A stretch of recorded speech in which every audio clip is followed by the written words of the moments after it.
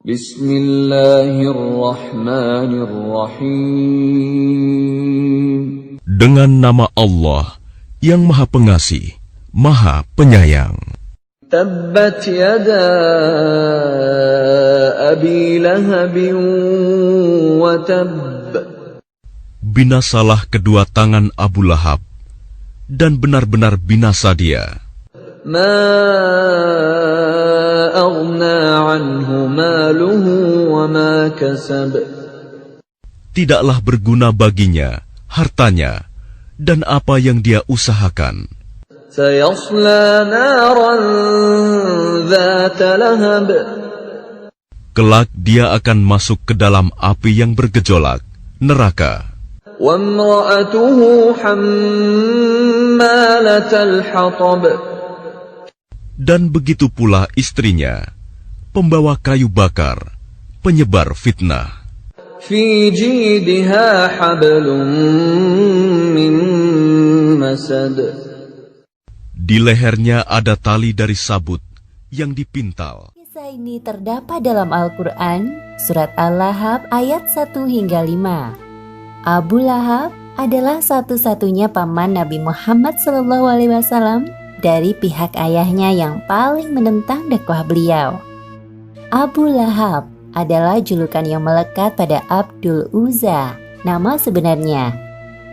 Ia dipanggil Abu Lahab karena wajahnya yang merah menyala seperti api saat marah.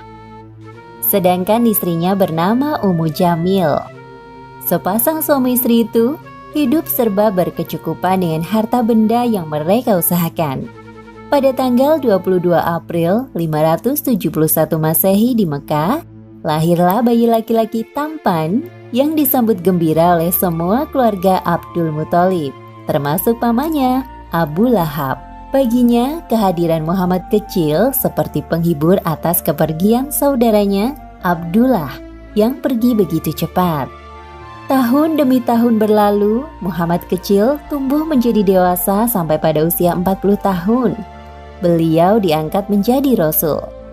Saat itu penduduk kota Mekah banyak yang masih menyembah berhala, termasuk Abu Lahab. Suatu hari Nabi Muhammad naik ke puncak Bukit Sofa dan berbicara di depan sekumpulan orang. Wahai sahabat, apakah kalian percaya jika aku katakan bahwa ada pasukan berkuda di lembah bukit ini yang akan menyerang kita?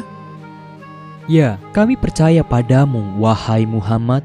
Kami tidak pernah mendapati sedikit pun keluar darimu ucapan dusta. Sesungguhnya aku adalah seorang Rasul yang bertugas memberi peringatan kepada kalian agar beriman kepada Allah SWT dan meninggalkan sesembahan selainnya. Walaupun aku seorang Rasul, aku tidak bisa menolong kalian kelak di akhirat. Jadi, selamatkan diri kalian dari panasnya api neraka.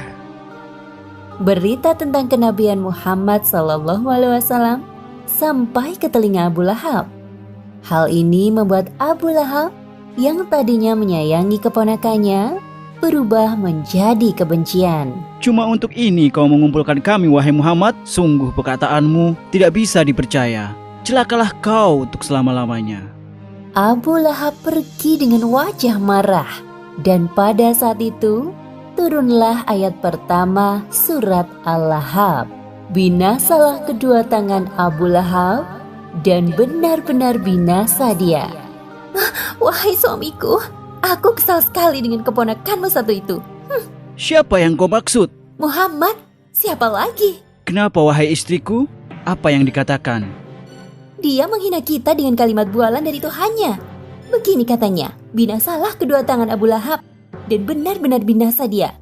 Tidaklah berguna baginya, hartanya, dan apa yang ia usahakan. Kelak, ia akan masuk ke dalam api yang bergejolak, neraka. Dan begitu pula istrinya, pembawa kayu bakar, penyebar fitnah. Di lehernya ada tali dari sabut yang dipintal. Berani sekali yang mengatakan bualan seperti itu.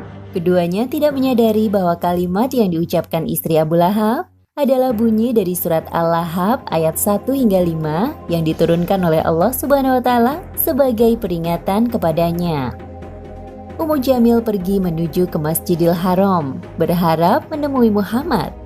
Namun yang dilihatnya hanya Abu Bakar sedang duduk di halaman seorang diri. Wahai Abu Bakar, Di manakah Muhammad? Dia telah menghina aku dan suamiku dengan bualannya. Kalau aku bertemu dengannya, akan aku pukul wajahnya dengan batu ini." Abu Bakar hanya diam. Dalam hati dia bingung mendengar ucapan Ummu Jamil, padahal jelas-jelas Nabi duduk di sampingnya. "Karena kau hanya diam, aku anggap kau tidak tahu di mana Muhammad." Kemudian Ummu Jamil meninggalkan tempat itu dengan penuh amarah. Wahai Nabi, tidaklah engkau mengira dia melihatmu? Dia tidak melihatku. Allah telah menutup pandangannya dariku. Subhanallah. Setiap hari Ummu Jamil menyebarkan fitnah tentang Nabi kepada para tetangganya. Bahkan ia juga sempat mencelakai Nabi. Seperti yang disebutkan dalam surat Al-Lahab ayat 3 hingga 5. Kelak ia, Abu Lahab, akan masuk ke dalam api yang bergejolak, neraka. Dan begitu pula istrinya, pembawa kayu bakar, penyebar fitnah. Di lehernya ada tali dari sabut yang dipintal. Sesuai dengan adat masyarakat Arab zaman dahulu, yaitu menikahkan anak-anak antar keluarga, seperti dua putra Abu Lahab yang dinikahkan dengan dua putri Nabi, yaitu Ruqayyah dan Ummu Kulsum. Wahai anak-anakku tersayang, tahukah kalian bahwa Muhammad telah menghinaku dan ibumu di hadapan banyak orang? Sebelum kalian menceraikan istri-istri kalian, jangan berani-beraninya datang menemuiku. Kebencian Abu Lahab kepada Nabi Muhammad semakin menjadi-jadi. Ia mulai mengumpulkan orang-orang dan menyusun strategi perang. Namun disebabkan usia yang semakin tua dan tubuh yang lemah, Abu Lahab tidak ikut serta dalam peperangan. Abu Lahab berjalan-jalan di sekitar rumahnya dan bertemu dengan Ummu Fadl, istri Abbas. Istri Abbas sedang bersama budaknya. "Wahai Abu Lahab, kenapa kau tak ikut perang untuk membela Tuhanmu, Lata dan Uzza?" Untuk apa aku turun ke medan perang? Cukup hartaku yang menggantikanku. Lagi pula, aku sudah terlalu tua untuk ikut berperang. Di tengah pembicaraan mereka, lewat beberapa laki-laki yang pulang dari medan perang. Bagaimana hasilnya perang? Apakah kita menang? Kita kalah, wahai Abu Lahab. Jumlah kaum muslimin memang lebih sedikit dari kita. Namun, mereka dibantu oleh pasukan perkasa berbaju putih yang sangat hebat dalam berperang. Apalagi banyak dari kaum kita yang menjadi tawanan mereka. Apa? Itu pasti malaikat yang dikirim Allah untuk membantu kaum muslimin. Diam kau budak! Abu Lahab mengambil kayu untuk memukul budak laki-laki itu tanpa henti. Karena tidak tahan melihat budaknya disakiti, Ummu Fadl mengambil kayu besar dan memukul kepala Abu Lahab sampai ia terluka dan jatuh.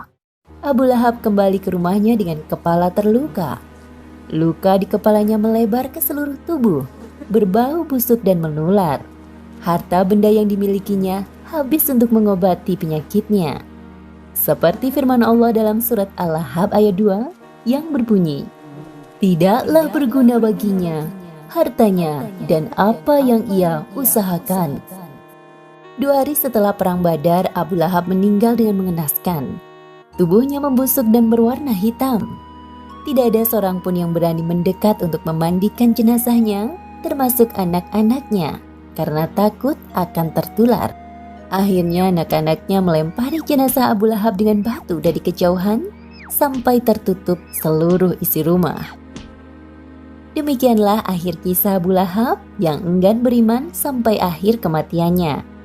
Pelajaran yang dapat kita ambil dari kisah ini diantaranya: pertama, jangan sekali-kali mengingkari ayat-ayat Al-Quran seperti yang dilakukan oleh Abu Lahab dan istrinya.